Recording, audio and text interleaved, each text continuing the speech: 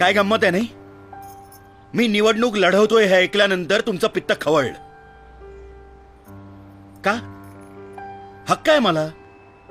बाबासाहेब आंबेडकरांनी घटनेत मला अधिकार दिलाय तो. खुनी, दरोडेखोर, स्मगलर्स हे तुम्हाला खासदार आमदार म्हणून चालतात, पण एक प्रामाणिक मराठी माणूस आज राजकारणात जातोय असं म्हटल्यानंतर जणू काय मी तुम्हाला नरकात आणि मसणात घेऊन चाललोय अशी प्रतिक्रिया का? या देशात म्युनिसिपालिटीत नोकरी करणारा शिपाई सुद्धा 12वी पास लागतो, पण राज्याची धुरा सांभाळणाऱ्या राजकारण्यांना शिक्षणाची अट नाही.